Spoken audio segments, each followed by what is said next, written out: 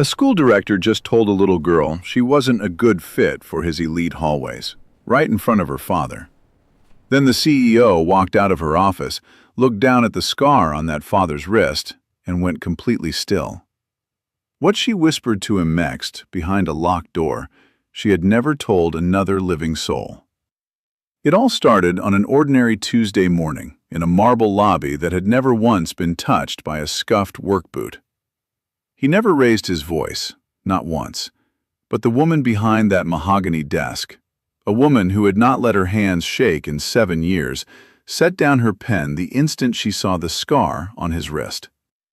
Nobody in that lobby knew why. Not yet. It was a Tuesday morning in Westlake Hills, the kind of crisp Austin morning where the live oaks along the circular drive still held a little fog, and the marble floor of Hart Preparatory Academy gleamed like it had never once been touched by a scuffed boot. Caleb Turner had touched a great many things in his life: engine blocks, brake lines, the small, cold hand of his daughter, but never, until that morning, a floor like this one. He wore his denim jacket, the same one he'd worn to the shop every day for 6 years. A faint ring of oil still ghosted into the cuff, no matter how many times he scrubbed it the night before. His hands were calloused, the knuckles permanently darkened, and along his right wrist ran a long, pale scar that never quite faded, no matter the season. Beside him stood Emma, 7 years old, clutching a folded piece of construction paper like it might fly away if she loosened her grip. On it, in careful crayon, she had written 3 words: "My dad's hands." A few of the mothers near the coffee station glanced over, then looked away just as quickly. The particular kind of looking away that says, "I saw you, and I'd rather not have." Mr. Richard Langford, director of admissions, regarded the two of them the way a man regards a stain on a tablecloth he didn't choose.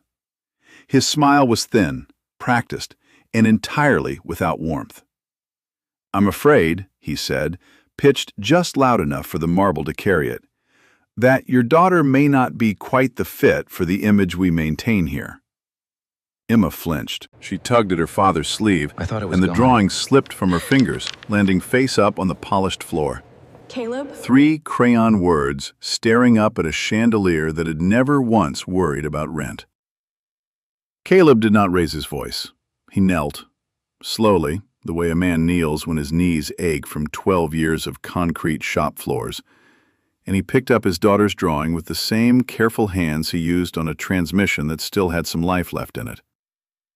"If this school teaches children about self-respect," he said, quiet but unmistakably steady, "then why is the first lesson my daughter gets here shame?" The lobby went silent. Several parents turned. Somewhere behind them, a woman in a charcoal blazer stopped walking entirely, mid-stride, like someone had hit pause on her whole morning. That was when Evelyn Hart, CEO of Hart Education Group, stepped out of her office and forgot to breathe for 1 full second. Her eyes had landed on his wrist. She had not seen that scar in 8 years. She had told herself, more than once, on more than one sleepless night with the Austin skyline glowing cold through her window, that she'd imagined the exact shape of it. She had not imagined it at all. Evelyn crossed the lobby in 4 long strides, with the kind of silence only a woman fully in command of a room can produce, and said, "Mr. Turner? Emma, please, come with me." Langford opened his mouth to object. Evelyn did not look at him. She didn't need to. Behind her office door, heavy oak, soundproofed for board meetings she'd rather forget, Evelyn finally let her hand tremble. "That scar," she said, her voice dropped lower than Caleb had ever heard a CEO's voice go. "It's from holding the bus door on the Lady Bird Lake Bridge that year." Caleb went very still. He had not spoken about that day in 8 years. Not to his late wife, not to his daughter, barely even to himself most mornings, with his coffee going cold on the workbench while he stared at his own wrist like it belonged to a stranger. And here was a woman in a tailored blazer naming the exact bridge, the exact door, like she had been standing right there beside him. Because she had. What Evelyn said next, she had never said out loud to another living soul. Not her lawyer, not her own mother over Sunday phone calls. She told a near stranger, a mechanic she had known for 90 seconds, about the 2 years right after her divorce, when she'd smiled through every whispered rumor and every sideways glance at parent functions, just to keep the scandal from ever touching the school's good name.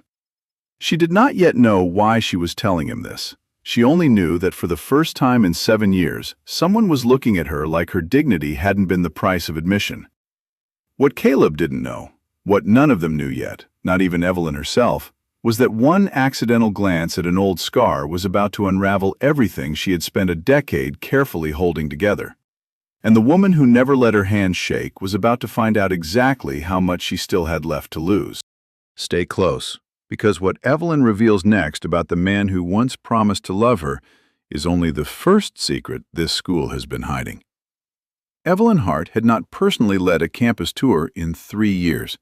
She had people for that, a whole department, in fact, with laminated brochures and a rehearsed script about the school's values-forward curriculum. But that morning, she walked beside Caleb and Emma herself, past the rose garden donated by the class of 2019, and she could not stop thinking about the fact that she had just told a stranger something she'd never told her own mother.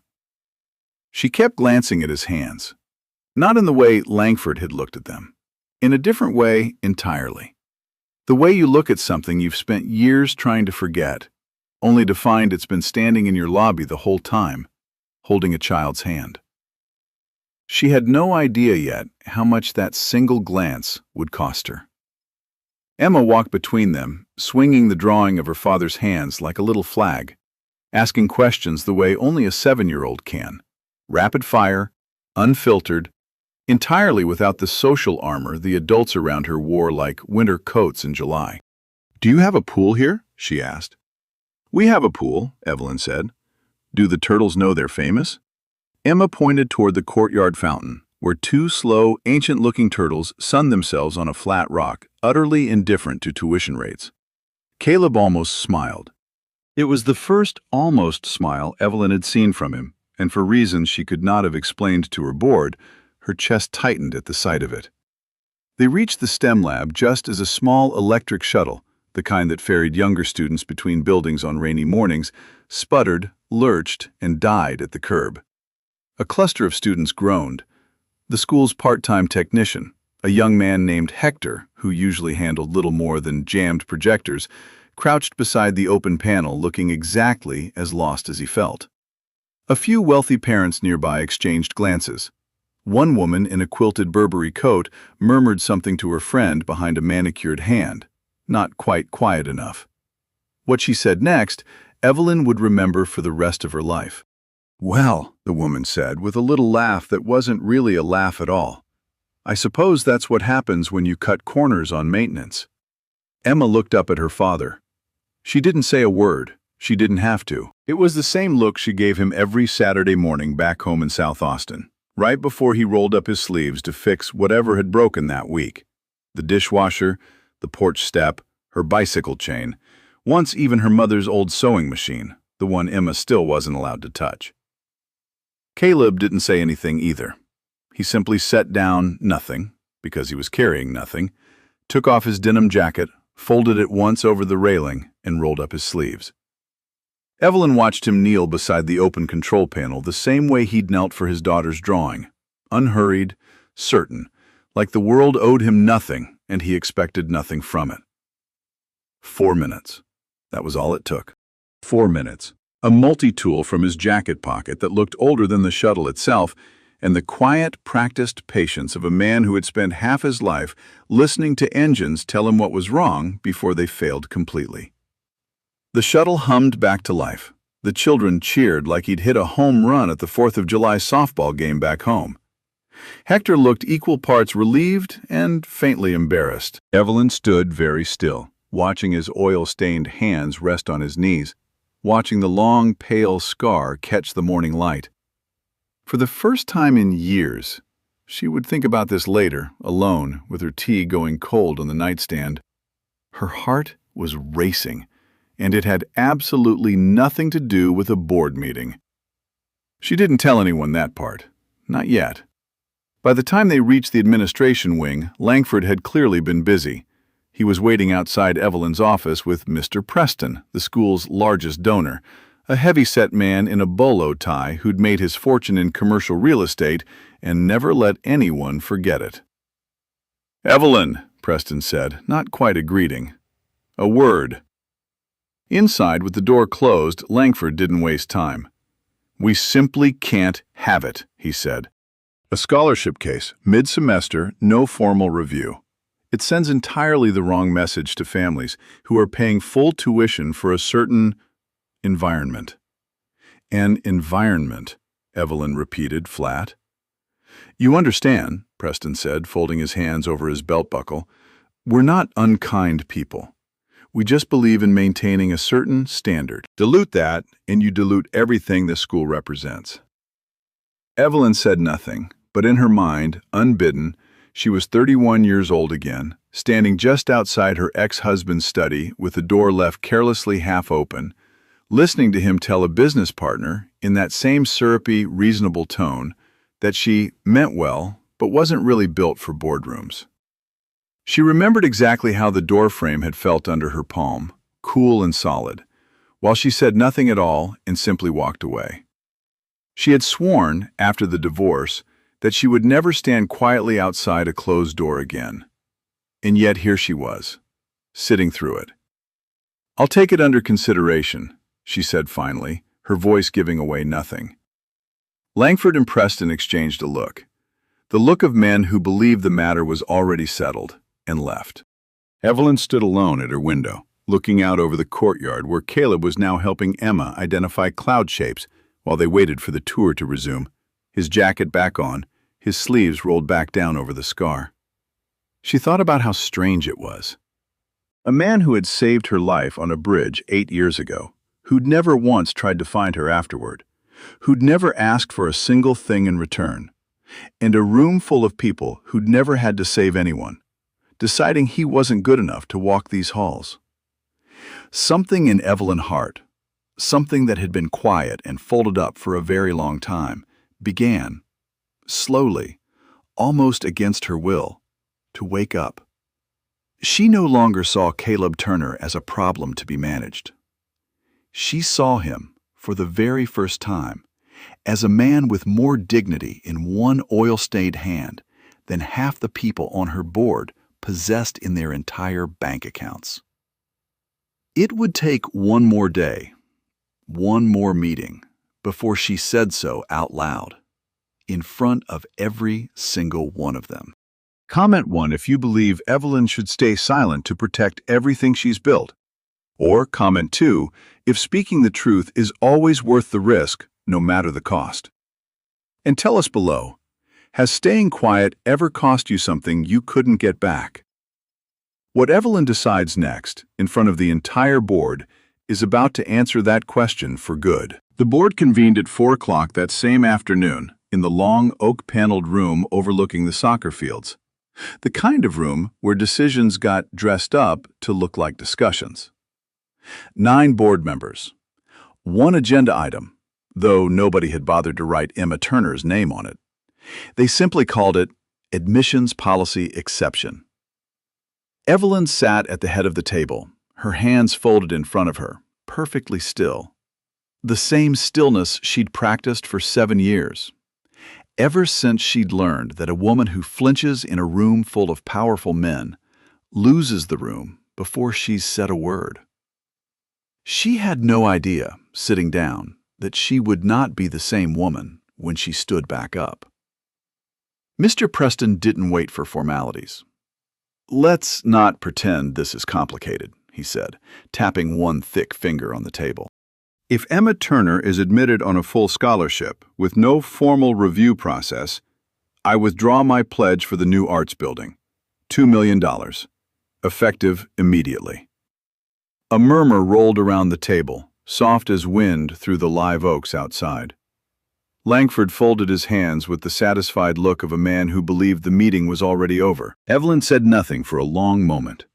It's worth pausing here, just for a breath, to understand what was actually happening inside her in that silence. Because so many of us have sat in that exact stillness ourselves, at a holiday table, in a church pew, in a kitchen with a husband who'd already decided the conversation was over. That stillness isn't weakness. It's a skill the body learns, usually the hard way, after enough years of discovering that speaking up only made things worse. The trouble is, the same skill that once kept us safe can quietly start keeping us small. In that silence, Evelyn was somewhere else entirely.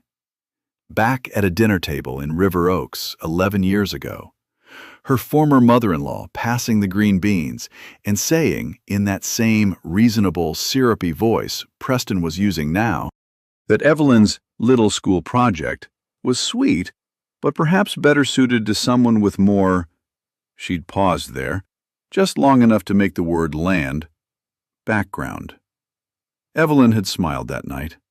She had passed the rolls. She had said nothing. That's the quiet trap so many of us fall into without ever quite naming it, mistaking the absence of conflict for the presence of peace.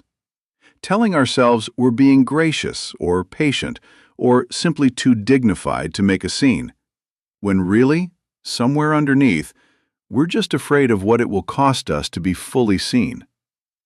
Evelyn had told herself for over a decade that this was strength.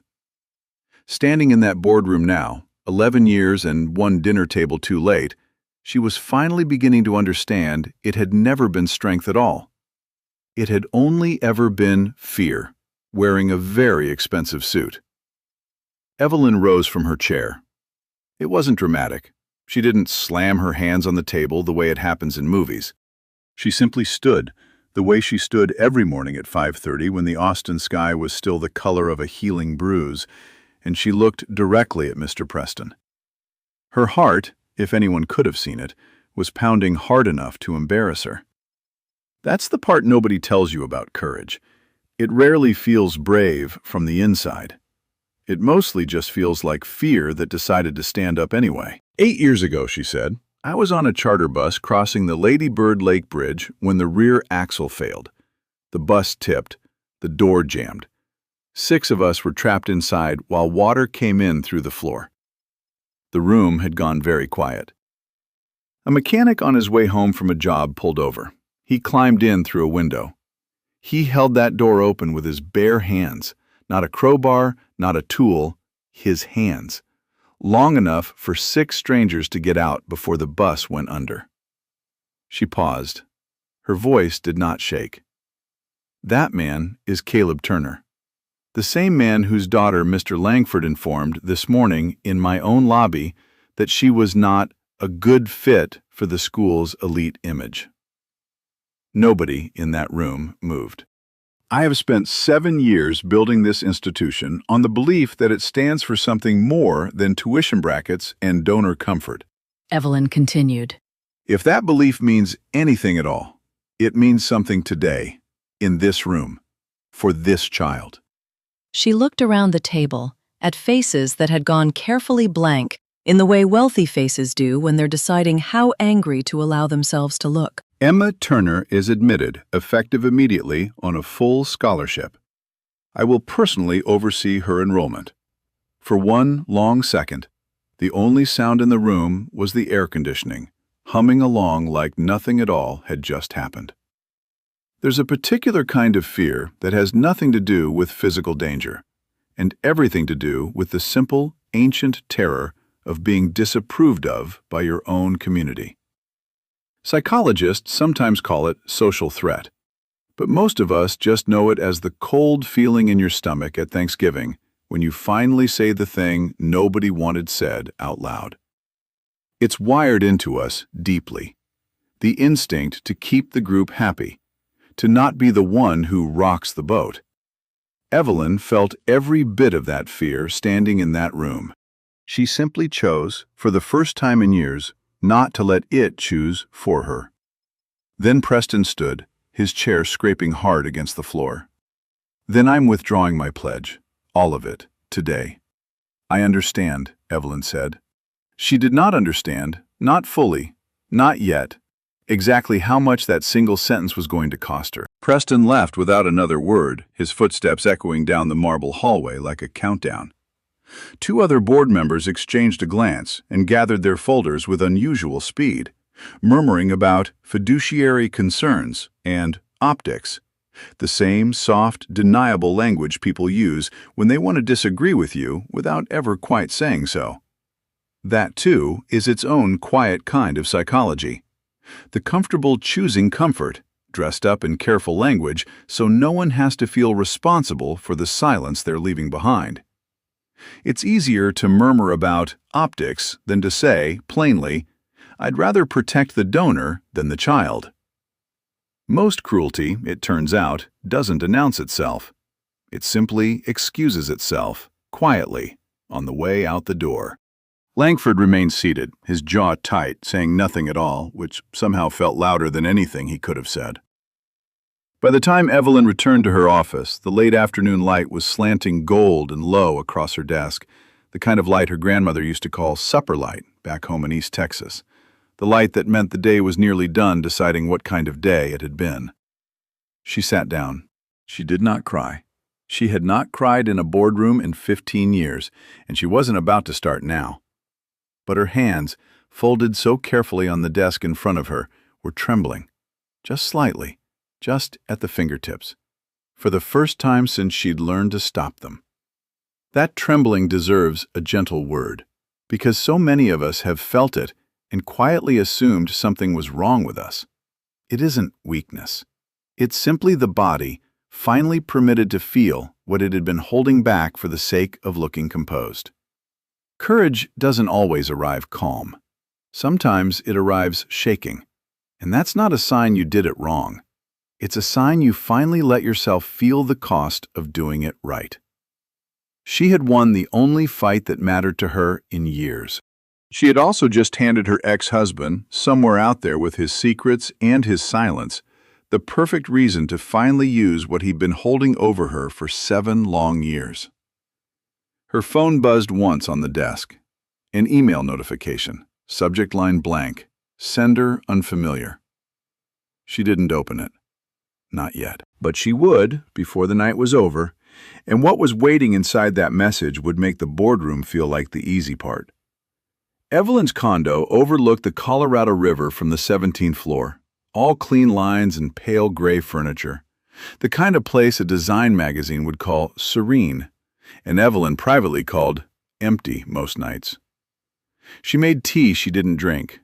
She set it on the counter, the way she always did, and within 20 minutes it had gone cold, the way it almost always did, and she stood at the window instead, looking out at downtown Austin, lighting itself up one window at a time. She thought she had earned a quiet evening. She had not even gotten her shoes off when her phone rang. No name, just a number she hadn't seen in 3 years, though her body recognized it half a second before her mind did. The particular tightening in her chest, the way her shoulders rose toward her ears like they were trying to protect her neck from something. That's worth sitting with for a moment, because so many of us know this exact feeling and have never had a name for it. Long after a difficult marriage ends, the body keeps its own private memory, a certain ringtone, a certain tone of voice, even a certain time of evening. And suddenly, your pulse is back in 1994 before your mind has caught up to the present. It isn't dramatics. It's simply the nervous system doing its job a little too well, still standing guard at a door that's long since been closed. She let it ring twice. She had promised herself, after the divorce, that she would never again let his name on a screen steal her breath like this. It did anyway, high and tight in her throat. She answered, "Evelyn?" His voice hadn't changed, smooth, unhurried, the voice of a man who had never once in his life worried about being interrupted. "I heard you had quite the board meeting today." "How would you know that?" she said. It wasn't really a question. "I still know people," he said. "I always will. That's rather the point, isn't it?" She gripped the edge of the counter, hard enough that her knuckles went pale. "I'll get straight to it," he continued, Because I know you appreciate efficiency. I think you should reconsider this little crusade of yours, the mechanic, the scholarship, the public theater of it all. It's beneath you, Evelyn, and frankly, it's dangerous. Dangerous to whom? To the school, he said, to your board, to your donors who are already nervous from what I hear, and to you specifically, since I still have certain materials from the early years, materials that were never meant to surface. I'd hate for them to become relevant now, after everything you've built. This, too, deserves naming plainly, because it's a pattern far more common than most of us would like to admit, in marriages and in families both. Control rarely shows up shouting. More often, it shows up reasonable, almost gentle, wrapped in concern for your own good. It threatens your reputation instead of your body, your legacy instead of your safety, but it is still, underneath the calm phrasing, the same old leash, just woven from finer thread. The room seemed to tilt slightly, the way it had once tilted on a bus 8 years ago, water rising around her ankles. She knew exactly what he meant. She had known every single day for 7 years exactly what he meant, and exactly what it would cost her if it ever came out. The early construction loans, the money that had moved through channels his family controlled. Money she hadn't known was tainted until it was already poured into the foundation of everything she'd built. She had carried that secret the way some women carry a grandmother's wedding ring in a drawer they never open. Not because they've forgotten it's there, but because opening the drawer means feeling everything all over again. "You stayed quiet for 7 years, he said, almost gently, almost like he believed he was being kind. Don't ruin a perfectly good arrangement now, over a man who fixes cars for a living. She had never once heard him call it an arrangement before. The word landed like a slap she hadn't braced for. "I have to go," she said. "Evelyn," she ended the call.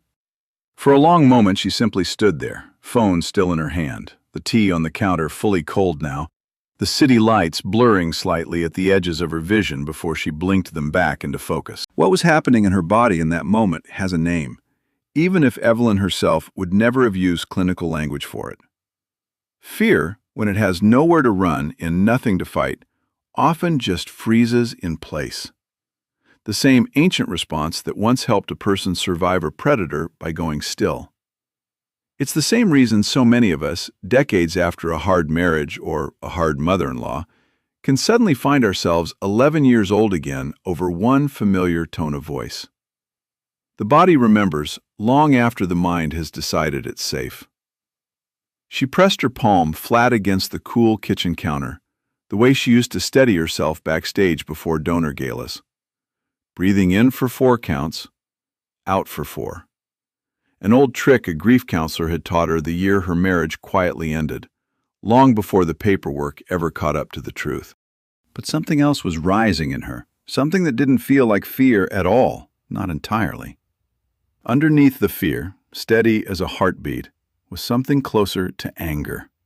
Old anger, years and years of it, folded up small enough to carry without anyone noticing the shape of it under her clothes. Here is the gentler truth tucked inside that anger, worth saying out loud for anyone who's ever felt guilty for feeling it. Anger that arrives after years of swallowed fear isn't a character flaw. It's often the first honest signal that a boundary was crossed long before you had the safety or the words to say so. Many of us were taught that a good woman doesn't get angry, only patient, only understanding. But anger, used wisely, isn't the opposite of grace. Sometimes it's simply grace finally standing up. She thought about Caleb, kneeling on that marble floor for his daughter without a single ounce of shame. She thought about herself, kneeling, figuratively, for years, for people who had never once deserved that posture from her. Evelyn walked back to the window. Down below, the river caught the last of the city lights, and somewhere out past the bridges, past the lake, was the exact spot where a stranger's hands had once kept a door from closing on her life completely.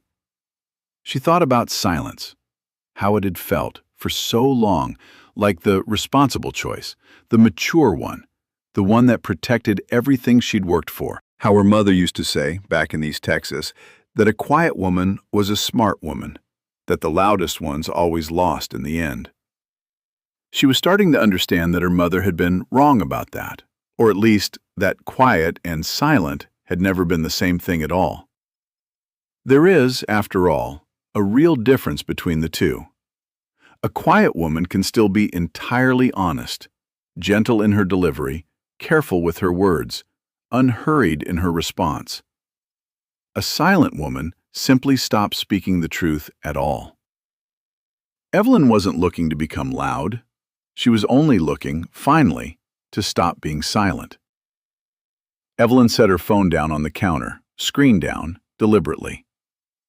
"This time," she whispered, to no one but the skyline, to the river, to a city that had no idea what she was about to do. "I don't want to stay silent anymore." She didn't know yet exactly how she was going to do it, but by morning, she would know exactly who she needed to ask for help. And it wasn't anyone on her board. Evelyn texted him the next afternoon, just one line. "Could you come by the school tonight, after Emma's bedtime? Alone. There's something I need to tell you." Caleb stared at that message for a long time before he answered. He wasn't a man who got many texts that began with "alone" and ended with dread sitting quietly underneath the words.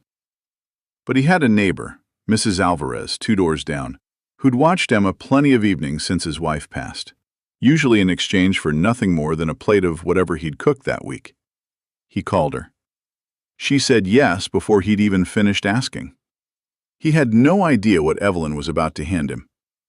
He found her on the second-floor balcony of the administration building, the one that overlooked the soccer fields and, past them, the soft glow of downtown Austin against a sky just beginning to go violet at the edges.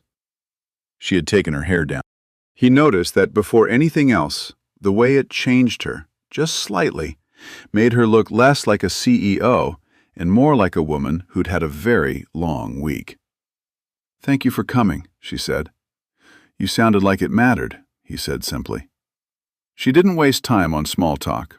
Evelyn Hart had built an entire career on knowing when to get to the point. "7 years ago," she said, "when I found out my husband had been unfaithful, I went looking through some old files, looking for proof, honestly, something I could use, something petty.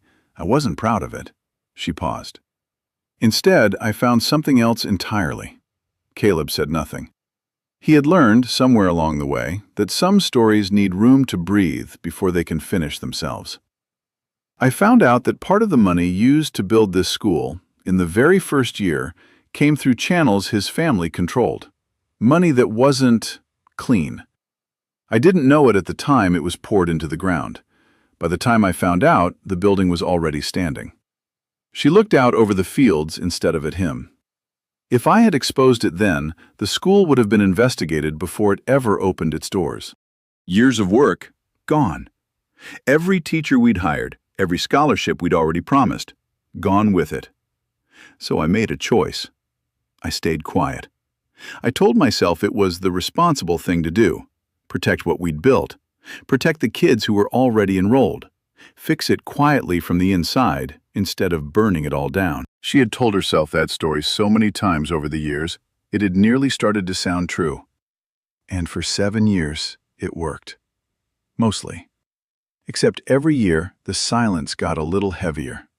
And somewhere along the way, I stopped being the woman who almost told the truth and became the woman who simply didn't. Caleb leaned against the railing beside her, close enough that she could feel the warmth coming off his jacket sleeve. The same denim jacket from the lobby, slightly worn at the elbow in a way that somehow made her trust him more, not less. "My ex-husband called me last night," she said. "He still has documentation, records. Enough to destroy what's left of my reputation and probably the school along with it, if he ever decided to use it. He as good as told me he would, unless I backed off of you and Emma." Caleb's jaw tightened, just slightly. It was the first time she had seen anything close to anger cross his face. "I'm not asking you to fix this," she said quickly. "I'm not asking you for anything, really. I just didn't want to keep being the kind of person who lets the people she cares about walk into danger without knowing why. For a long moment, neither of them said anything. Somewhere, down on the fields, a sprinkler kicked on automatically, hissing softly into the dark, indifferent to everything happening 2 floors above it. I chose silence to protect this school, Evelyn said finally, her voice quieter now, almost to herself. But if I keep choosing it, I'll turn into exactly the kind of person I used to despise at dinner tables I didn't choose to sit at. People who'd rather protect an image than protect what's actually right. She turned to face him fully. You saved me once, on that bridge, and you never once asked anything of me for it. Now I think I need you to help me with one more thing. Her voice caught, just barely. Help me be brave enough to save myself. Caleb didn't answer right away. He was a man who chose his words the way he chose his tools, carefully and only when they'd actually do the job. Then he reached over and took her hand. His palm was rough, marked with 8 years of work, the scar along his wrist catching the last of the violet light. I'm here, he said. That was all. It was enough. 3 words, and somewhere out past the fields, past the lake, past the bridge where a stranger's hands had once changed her life, Evelyn Hart felt, for the first time in longer than she could remember, like she might actually survive telling the truth. What happened 3 weeks later, in front of every parent, donor, and teacher at Hart Preparatory Academy, would either cost her everything or finally set her free. 3 weeks later, Evelyn Hart stood in the auditorium at Hart Preparatory Academy, in front of every parent, teacher, and board member who'd agreed to show up, and told the truth. All of it. The early funding, the channels her ex-husband's family had controlled. The years she'd spent quietly fixing what she could from the inside while staying silent about how it had started. Nobody in that room had ever heard a CEO admit to anything, let alone something this big. Some people walked out before she'd even finished. 2 donors withdrew their pledges within the hour, and Langford, predictably, resigned by the end of the week, taking a position at a smaller academy in San Antonio where, presumably, he could continue mistaking tuition for character. But others stayed, a surprising number of others. A young teacher named Mrs. Whitfield stood up, right there in the auditorium, and said simply that she'd rather work for a school willing to admit its mistakes than one that hid them well. A few parents nodded, then a few more. Evelyn hadn't expected that part, not really. Her ex-husband never called again. There was, it turned out, very little leverage left in a secret everyone already knew. The board launched an independent review. The school would survive, smaller perhaps for a season, but standing on ground it no longer had to pretend was solid. Evelyn didn't know yet exactly what the next year would look like. For the first time in a long time, she found she didn't mind not knowing.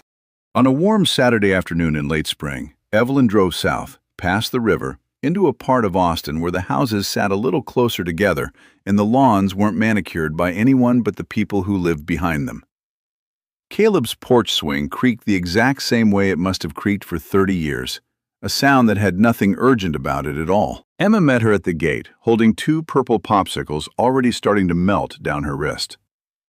I saved you the good color, she announced, which in 7-year-old terms was apparently the highest honor available. That alone, Evelyn would think later, was worth more than anything Mr. Preston's $2 million could have bought. They sat on the front steps together, the 3 of them, popsicles dripping faster than anyone could keep up with, while Emma spread out a fresh piece of construction paper and announced she was drawing the whole family now, which made Caleb go very still for a moment and made Evelyn look very intently at a crack in the sidewalk until she trusted her own face again. There was no kiss, no grand declaration. Just the late afternoon sun slanting gold across 3 pairs of feet on warm concrete, and a popsicle stick snapping in Emma's hand, and Caleb laughing, a real laugh, low and a little rusty, like it hadn't been used in a while, but still remembered how. Evelyn looked at him. I don't know what the future looks like, she said quietly. The school, the bored, any of it. But at least this time, I chose not to stay silent. Caleb didn't say much back. He never did, not when it counted most. He simply nodded and reached over and held her hand a little tighter than he had on the balcony. Sometimes the most powerful kind of defiance isn't loud at all. It's just a woman who finally stopped protecting an image and started protecting what was actually true. This story reminds us that silence dressed up as patience can quietly become its own kind of harm. Evelyn didn't need a grand gesture to break the pattern. She needed one honest sentence said out loud after years of holding it back. You don't need a boardroom to practice that same courage. The next time someone's comment stings, at Sunday dinner, on a phone call, even in a Hallmark card you didn't ask for, write it down that same evening in a small spiral notebook from the drugstore. What they said, and the one true sentence you wish you'd said back. Read it aloud once, alone at the kitchen table, before bed. That's not about starting a fight. It's about practicing your own honest voice in private, one sentence at a time, until the day it's finally ready for the moment that actually matters. If this story moved you, share it with someone who's still learning that speaking up is never too late. The soul of these stories comes from human experience, empathy, and courage. AI assisted only in language refinement, so that timeless lessons of justice, compassion, and standing up against wrong could move and educate viewers everywhere.